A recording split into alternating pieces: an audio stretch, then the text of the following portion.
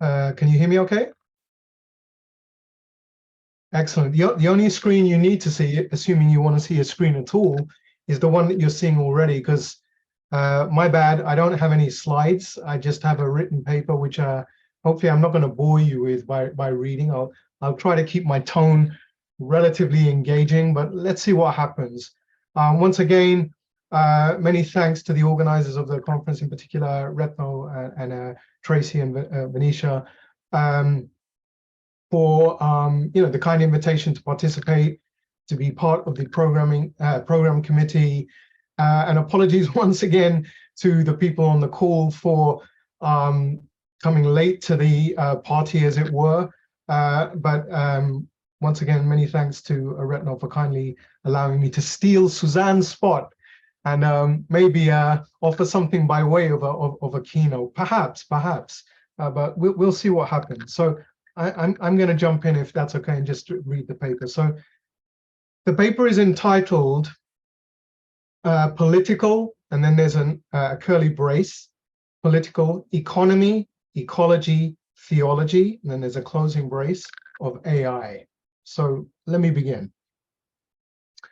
In what follows, I offer a contribution to the development of a critical ecology of AI from a perspective informed by critical race theory and decolonial thought, with a view to attending to concerns about, and I quote from the conference call for participation, how AI impacts power relationships that preserve inequality within our society in very real and material terms, for example, through the vehicle of industrialized racial capitalism, end quote, and another extract, the impact of AI technology on organisms, populations, communities, ecosystems, and the biosphere, good and bad, and everything in between. Theorists such as decolonial scholar Nelson Maldonado Torres understand decoloniality through critical engagement with the coloniality of knowing, being, and power in relation to the formation of subjectivity and sociality, that is, self-other relations between human beings and between humans and other than humans in space and time. Crucially, such engagement is grounded in a praxis that informs theory from the body political, or who, and geopolitical, or where perspective of those located at the margins, the borders, the peripheries of the modern colonial world system. Now, notwithstanding the soundness of such an approach, I pursue a somewhat different yet complementary engagement with the decolonial. Building on earlier work in decolonial computing, I consider decoloniality otherwise as a lens through which to view computing phenomena, here AI. And insofar as a lens has three dimensions, we'll ignore time for the moment, and is thereby deformable along three axes, I suggest the need to think critically about AI in relation to three entangled engagements with the political economy, political ecology, and political theology. Yet what is artificial intelligence? For my part, and irrespective of whether one is considering AI more generally, that is, to include its symbolic and robotic incarnations, or focusing on machine-come deep learning more specifically, I want to suggest that thinking about the phenomenon in technological rather than socio-technical terms is problematic insofar as it brackets, that is, ignores or sets aside the social context within which AI emerges as a machinic assemblage of material and other forces. Arguing along similar lines, in Artificial Whiteness, Politics and Ideology in Artificial Intelligence, Yard and Katz attempts to make the case for thinking about AI as both a political economic tool for advancing imperial colonial interests and an ideology that mimics the fluid, nebulous structure of race, more specifically, whiteness. Somewhat relatedly, in Resisting AI, an anti-fascist approach to artificial intelligence, Dan McQuillan refers to AI as a, and I quote, layered and interdependent arrangement of technology, institutions, and ideology, and a form of computation that inherits concepts developed under colonialism, reproducing them as a form of race science, end of quote. Although interpreting AI as a tool and an ideology is quite plausible given its historical development, this framing does not exhaust the range of possibilities for thinking about the relationship between AI, colonialism, and whiteness, more specifically, white supremacy. Crucially, rather than follow Katz's invitation to think about, and I quote, AI as being adapted like whiteness to challenges from social movements, end of quote, I want to suggest that AI might be an adaptation of whiteness itself. Put simply, we might want to think about AI as white supremacy. Relatedly, I want to consider the possibility that rather than AI being understood as a tool for advancing imperial colonial interests, it might be more useful to think about AI as colonial in and of itself, since this raises the vexing question as to whether AI can be decolonized. Furthermore, and notwithstanding McQuillan's assertions that AI is, among other things, and I quote again, a paradigm for social organization and a political project, and a condenser for existing forms of structural and cultural violence, end of quote, I want to push back against his assertion that rather than being an apocalyptic technology, AI is more aptly characterized as a form of supercharged bureaucracy that ramps up everyday cruelties, such as those in our systems of welfare. While not disputing the value and importance of bureaucratic readings of AI, especially given the biopolitical, and it was interesting to hear reference to necropolitics a moment ago, especially given the biopolitical and necropolitical entanglement of AI technology with statist formations, I maintain that attention to the political, more specifically to the matter of sovereignty, prompts entanglement with political theology, and in times of crisis, more precisely white crisis, the latter can assume apocalyptic form. A little more on political theology later. Consistent with Kate Crawford's insistence that, and I quote, AI is neither artificial nor intelligent, but rather both embodied and material, made from natural resources, fuel, human labor, infrastructures, logistics, histories, and classifications. Let me turn first to political economy and political ecology, approaching both from the ground up and in somewhat introductory fashion. So let's begin with political economy. According to Wikipedia, politics studies power relations and their relationship to achieving desired ends, while economics studies the distribution of resources so that the material wants of a society are satisfied and thereby enhance society well-being. The same source, Wikipedia, goes on to define political economy as follows: a branch of political science and economics studying economic systems, for example, markets and national economies, and their governance by political systems, for example, law, institutions, and government. Widely studied phenomena within the discipline are systems such as labor markets and financial markets, as well as phenomena such as growth, distribution, inequality, and trade, and how these are shaped by institutions, laws, and government policy. Yet this ostensibly liberal definition of political economy, grounded in the works of British scholars such as Adam Smith, Thomas Malthus, and David Ricardo, fails to engage critically with what philosopher Karl Marx suggests are the underlying material and historical factors determining production, viz., the forces of production, natural resources, human labor, and the relations of production, that is, class relations readily exemplified by the relationship between workers and bosses under capitalism. One key site for exploring the political economy of AI is what has been referred to as artificial intelligence, the behind-the-scenes ghost work of crowdsourced human intelligence involving the performance of microtasks such as image annotation, precarious labor that facilitates, underpins, and powers AI, more specifically machine and deep learning.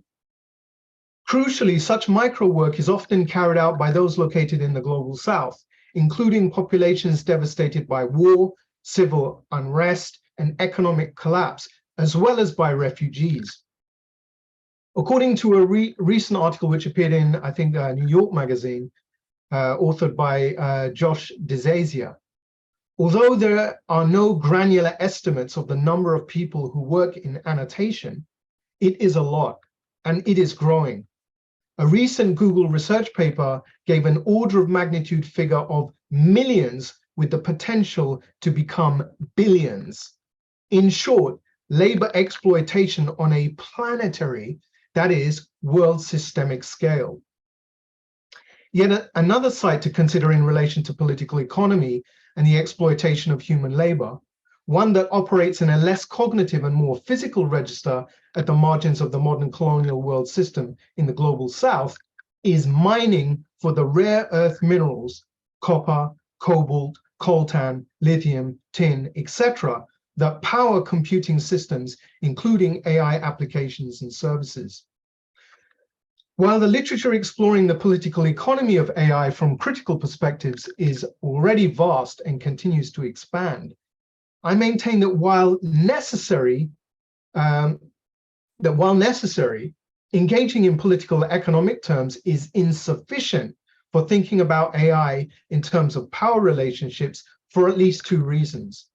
One, the historical tendency to frame political economy in deraced, unraced, raceless terms, whereas interventions by critical race and decolonial scholars, among others, point to the racialized and colonial nature of the political economy of the modern world system. And two, the entanglement of political economy with political ecology and political theology. Let me turn now to political ecology, since it is arguably a field that subsumes or encompasses political economy. However, to appreciate the relevance of political ecology for AI, we first need a working definition of ecology per se. According to Ghazul, writing in a short, Ecology, a brief introduction or a short introduction, is in the Oxford series, and I quote, "Ecology deals with how organisms interact with each other and their environment, and at its most fundamental is a science that seeks to understand the biological processes that determine patterns in the natural world.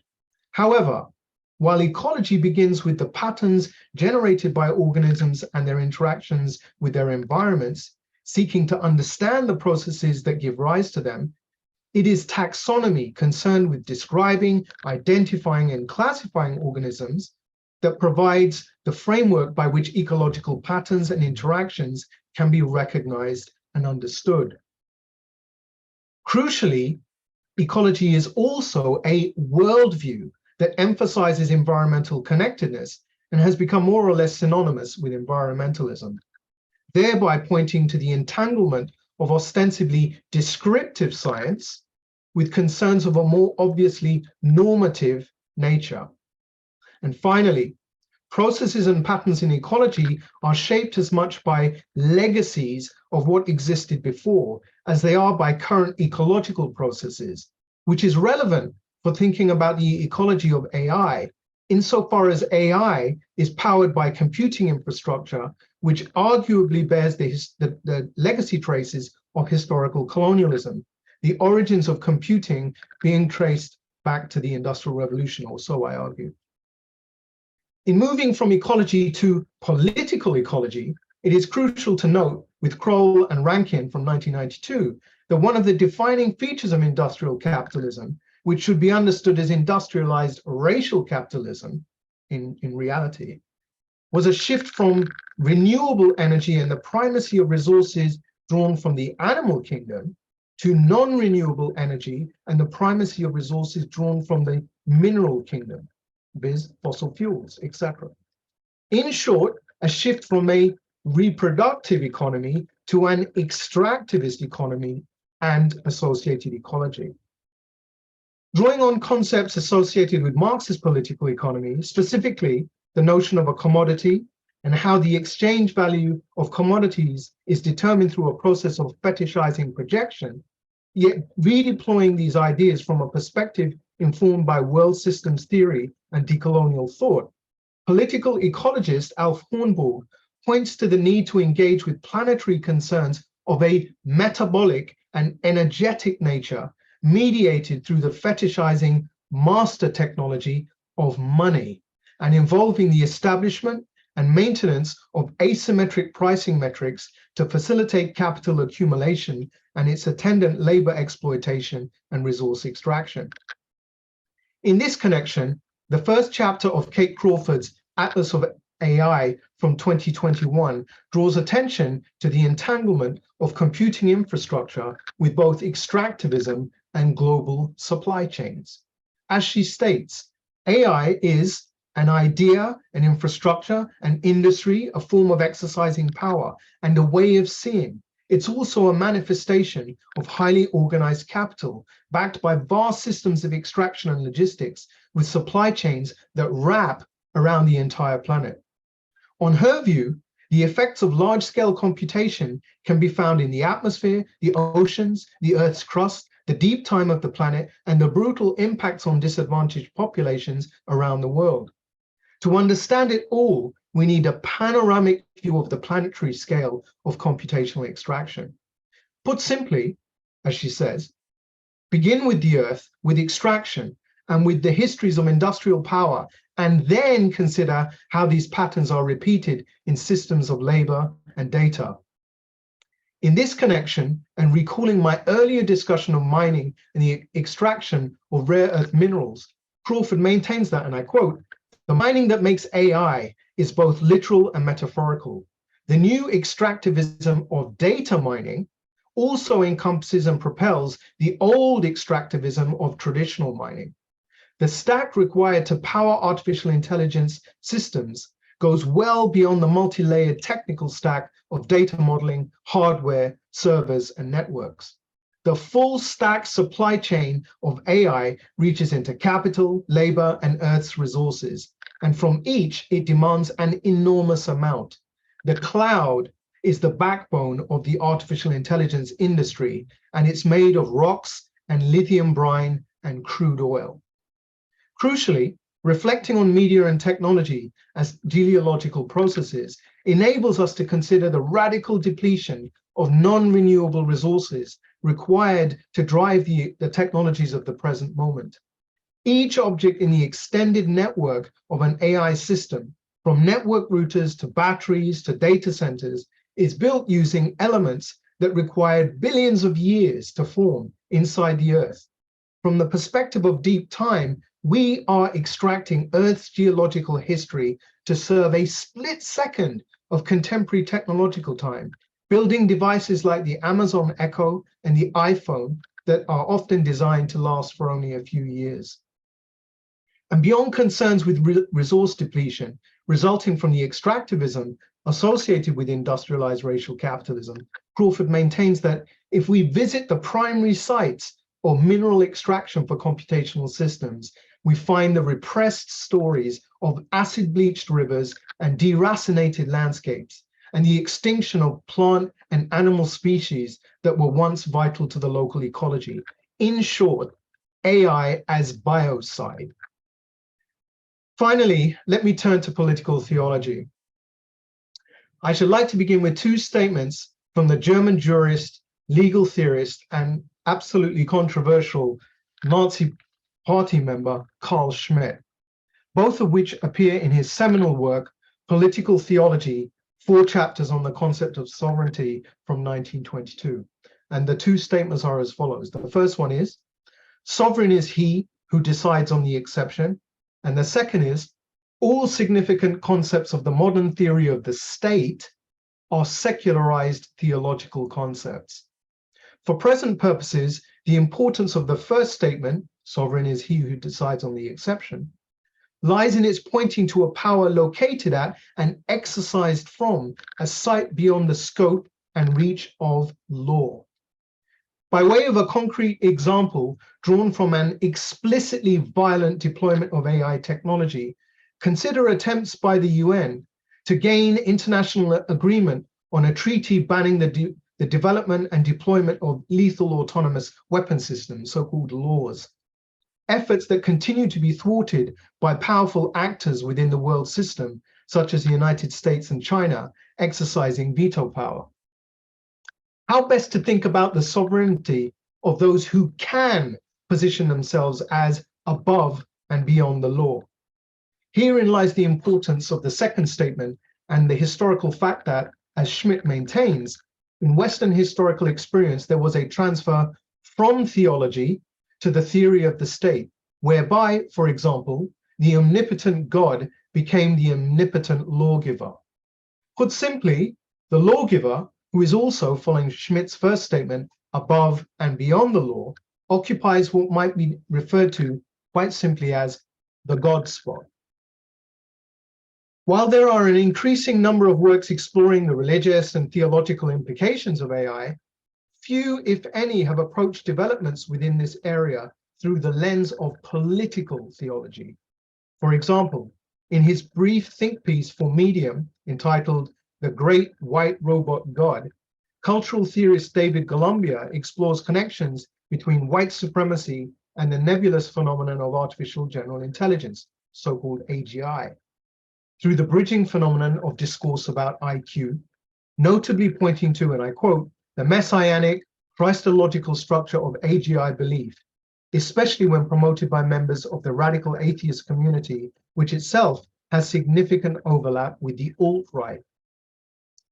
Notwithstanding such resonances between AI, crude or overt white supremacy, and strands of apocalyptic Christian messianism, I suggest the need to consider the entanglement of AI and white supremacy within the more mainstream political landscape of liberalism, which critical race philosophers such as the late Charles W. Mills maintain is thoroughly racialized, at least in its contemporary manifestation within Western polities.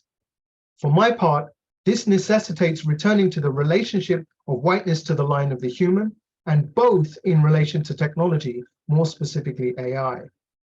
In this connection, some commentators have argued that whiteness continues to occupy the position of the human, technological beings coming to displace non-white others in the realm of the subhuman.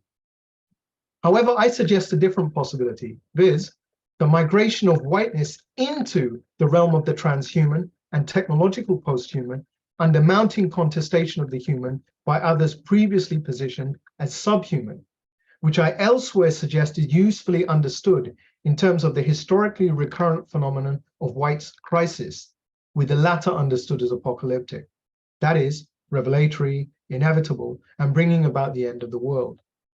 Crucially, this migratory shift is intended to maintain the relational and hierarchical binary between the European, the Western, the white, and the non-European, the non-white, and the non-Western.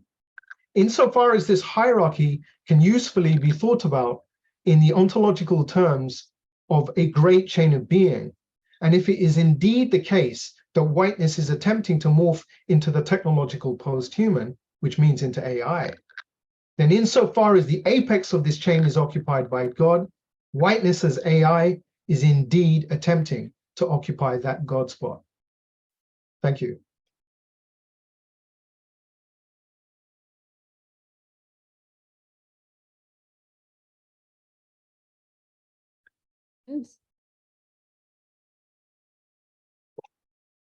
Yeah, Vijay. Oh, no, I thought that's clapping. Reactions, comments? Yes, anything. The sort?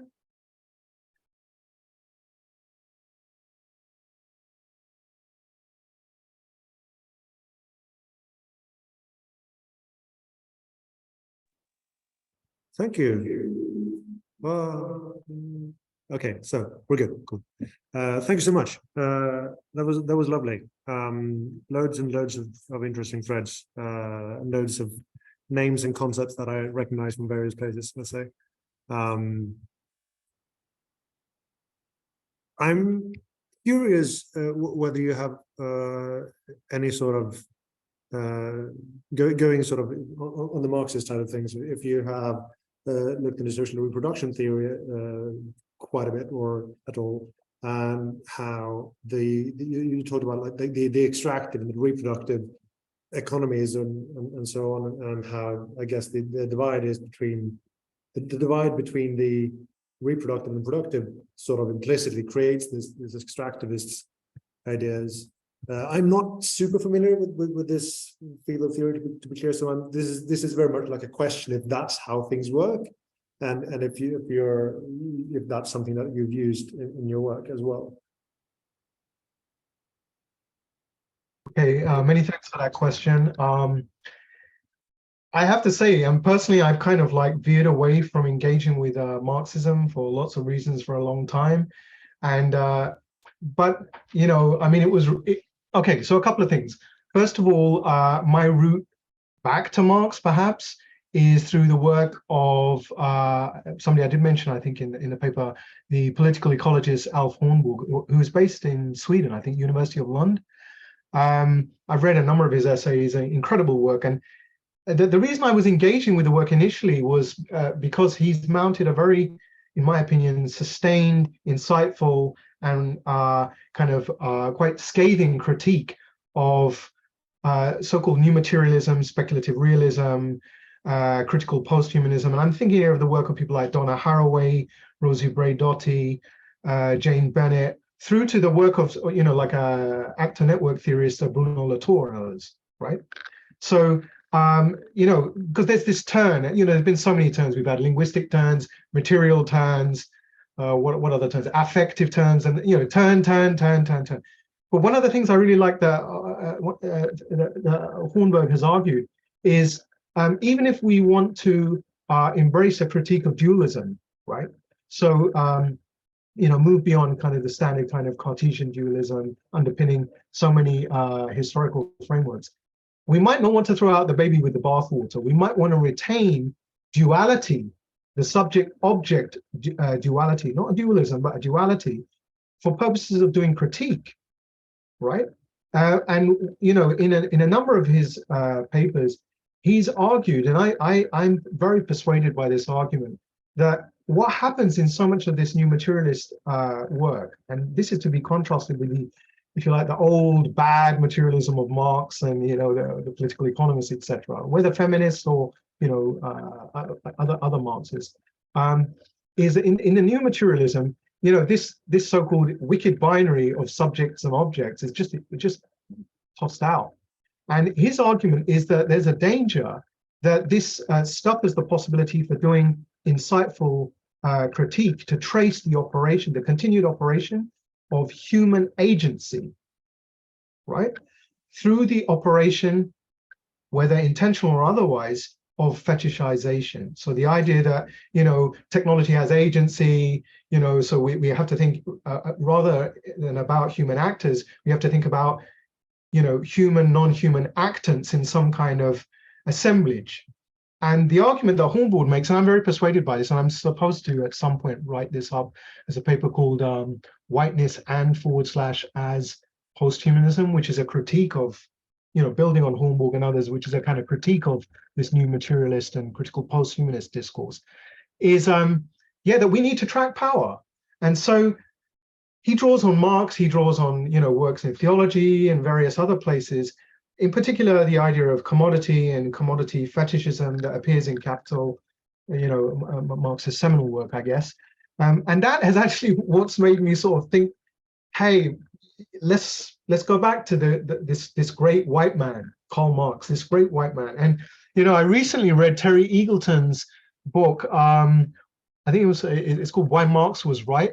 You know, I'm reading chapter, and it's like, wow, am I a Marxist? I can't believe this, you know, or at least I'm a convert to Marxism in some sense, because so many of the ideas not just retain currency, but they really do extremely important work in terms of interrogation. Where I would want to maybe differ from the political economists is that, as I tried to argue in this paper, I don't know if it's convincing, is that I think we need to always think about political economy in entanglement with political ecology, and I would suggest beyond that, even political theology. I don't know if that answers your question, Petra, but, you know, many thanks for it. I mean, feel free to probe me more if it was a shoddy answer. It was certainly an interesting answer. I'm not sure if that sort of got exactly what I was asking, but it was certainly sort of building on it to build something better, I would say. I tend to go off at tangents and take people on journeys, and myself included, and just lose the original question. So if you want to ask it again, yeah, you know, I'll try to answer it now. No, it's. I mean, I think I got a better answer anyway. So, Many thanks.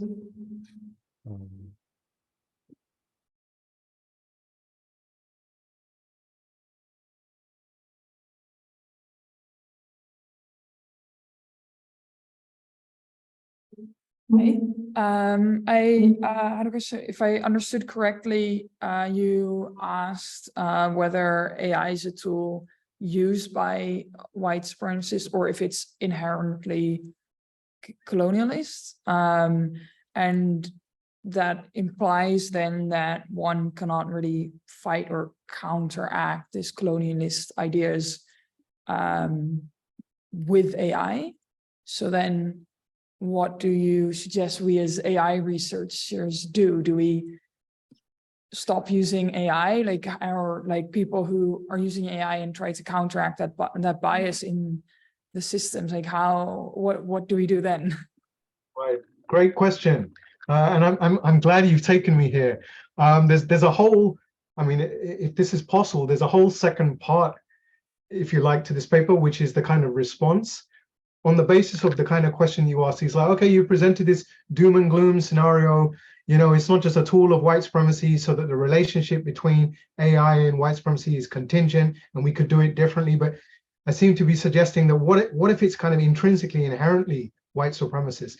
And this really kind of riffs off kind of arguments that I've made elsewhere. I mean, for better or worse, and you know, maybe for my sins, in fact, let's invoke political theology, maybe for my sins, I have been developing, or you know, back in the midst of time, 2014, that's almost a decade ago, I was developing this idea of like decolonial computing. So that's essentially applying the ideas of, you know, decolonial theory to computing, and you know, thinking that through. And in the initial, in the paper that's got a lot of traction and publicity, which is published in, I think, Crossroads, a student magazine, which I think the ACM puts out. I think it was called A Brief Introduction to Decolonial Computing. I end with these kind of, what I see now as kind of touchy-feely, you know, somewhat optimistic position on this, that, you know, think about your positionality and blah, blah, blah, blah, blah, blah. You can read the paper if you've got time on your hands or any inclination. But subsequent to that, and relatively shortly thereafter, about maybe a year after or so, being given very kind invitations to speak about this in various fora, I came to this position. Can computing be decolonized? In principle, yes, because I would suggest the relationship between computing and colonialism is contingent. But more pessimistically, yes, it can be decolonized, but it won't be anytime soon. Now, why is that? And it's because I suggest technological determinism, in my opinion, gets short shrift from, you know, philosophers and the theorists of technology, because it's like, well, this is ridiculous, this is essentializing, etc., etc. And we know that this is all about the play of historical forces, ergo, it's all about contingency.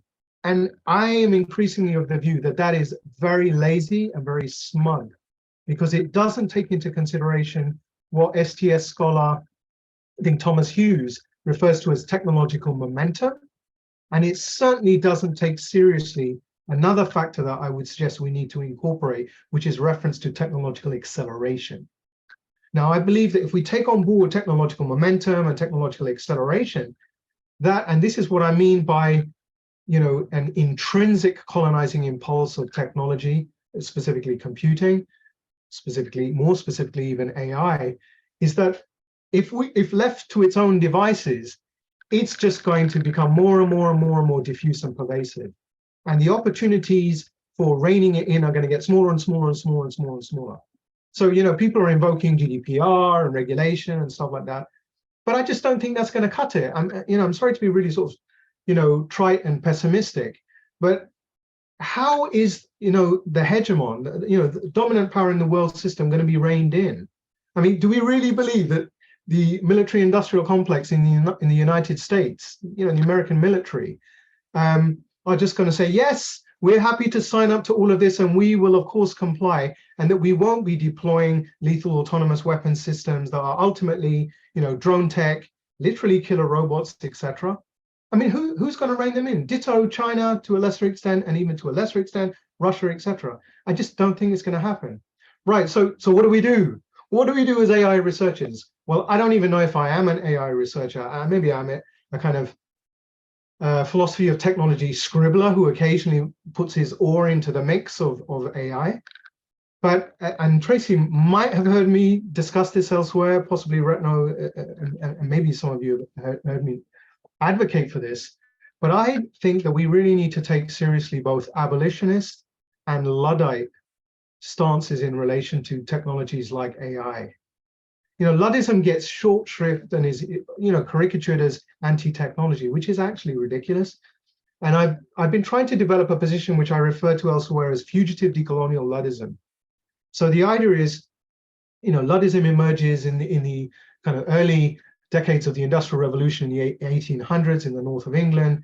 People are breaking machines, literally breaking the frames, the weaving frames, because they're opposed to, and I quote, machinery hurtful to the commonality. So the concerns there that immediately surface issues to do with the commons, to do with livelihoods of people, not just economic, but social, and the whole fabric of like day-to-day living. And they broke machines. So it wasn't just about, yeah, we need to unionize and we need better regulation and we need to get, better pay rates from the state, etc. It was bigger than this. So Marx's kind of put down of the Luddites is really kind of questionable. And here I'm drawing on the work of the late historian David F. Noble, his incredible work, Progress Without People, first chapter of which is devoted to Luddism, in which he mounts a critique of a kind of Marxist political economic take on the early developments in the Industrial Revolution as opposed to the stance of the Luddites. And what do I mean by decolonial Luddism? Well, it basically means moving away from the global north and looking at Luddism machine breaking in relation to the global south activities. So what might that mean? Well, Andreas Malm has talked about how to blow up a pipeline, although he doesn't actually tell you how to do it in the book. So we might want to ask a kind of cognate question in this context. Well, how do you drone strike a server farm? How do you repurpose a drone to take out a server farm? And then immediately the concerns with that are, yeah, but healthcare is entangled with server farms, education, law, finance, etc. And I get all that. And so I'm not suggesting that we actually go that route, but rhetorically, I think we have to start to think about the extent to which, this technology has become part of what we call critical infrastructure. And that all flags up, or should flag up, in my opinion, issues of dependency. And again, these need to be thought through in relation to political economy, ecology, and theology. And finally, the fugitivity is about, if you're going to embark on this kind of Luddite course of action, you want to draw on the best of traditions, whether it's piracy, whether it's fugitive enslaved people on plantations in the Americas as they formed maroon communities, and also the historical actions of the Luddites themselves, trying to escape state power with a view to, affecting these interventions.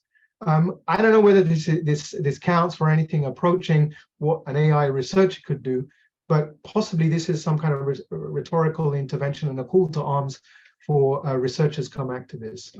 I hope that goes a tiny way towards answering your extremely important question. Many thanks for it.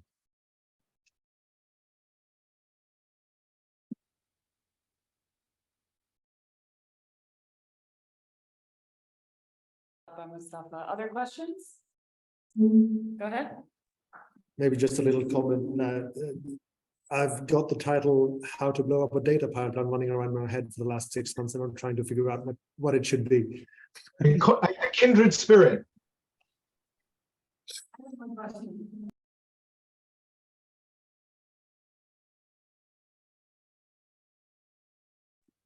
Oh, there we go. Okay. Yeah. Thank you very much. As always, I love talking with you about this stuff.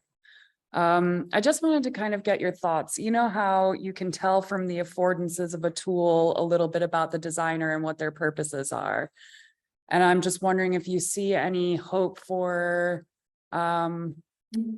using AI to evidence some of the things that you're talking about, or kind of studying that socio-technical assemblage to evidence some of the problems you're talking about. Just to give an example, when we were talking with Suzanne Pierre about the critical ecology part, one of the things, and I'll say this to all of you as well, that she wanted to do was to sort of utilize artificial intelligence to link colonial legacies with soil health. You know, that's part of like one of the applications that she imagined. And I just wondered if that still belongs to some of the things that you're saying now, or if you see any hint of hope in looking at the technology from that perspective.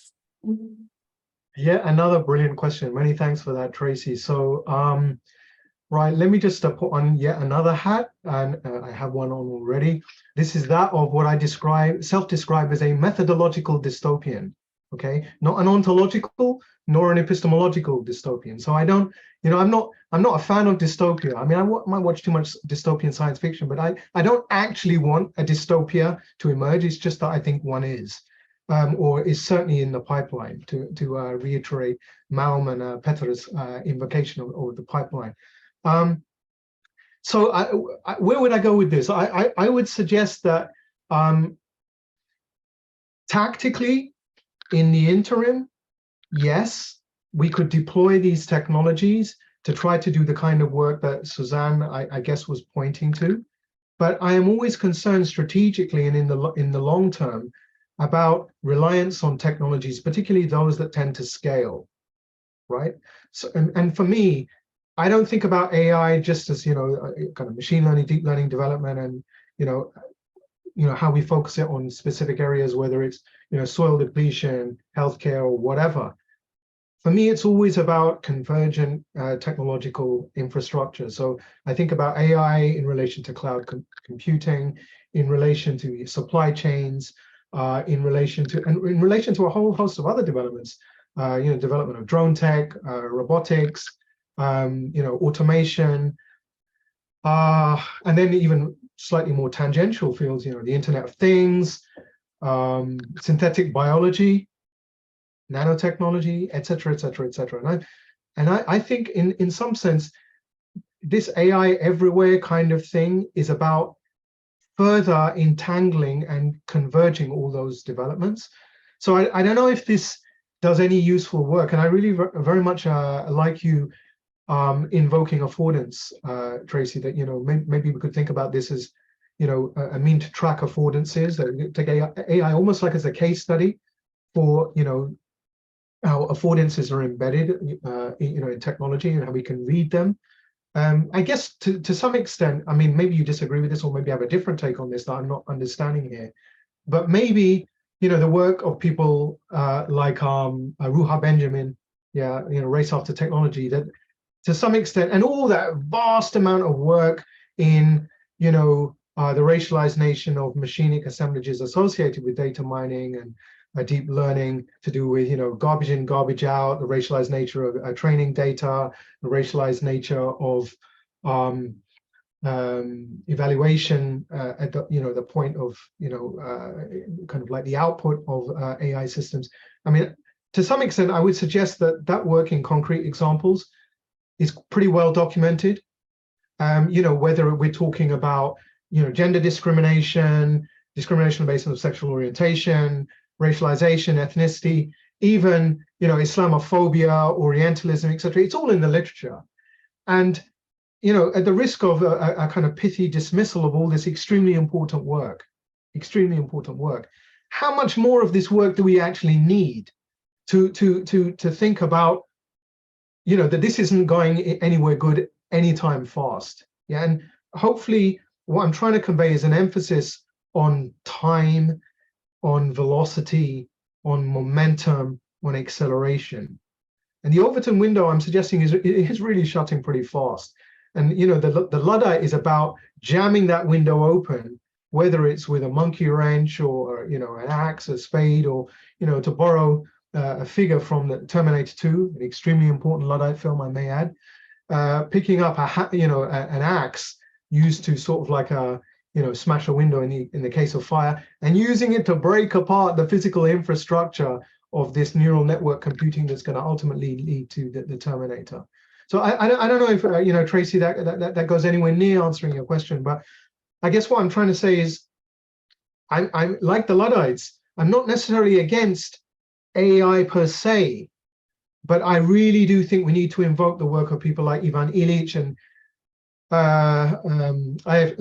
E.F. Schumacher from the 1970s and start thinking about limits, scale, balance, and that small might be beautiful, and start to rein this tech in and say localized deployments might be okay with various kind of controls, in relation to ownership and the rest.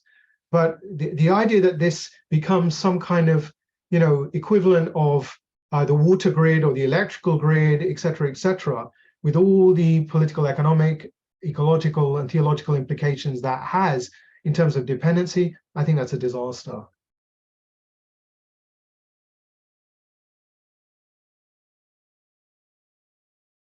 Questions, etc. Okay, thank you so much. Thank you for the questions. Brilliant questions.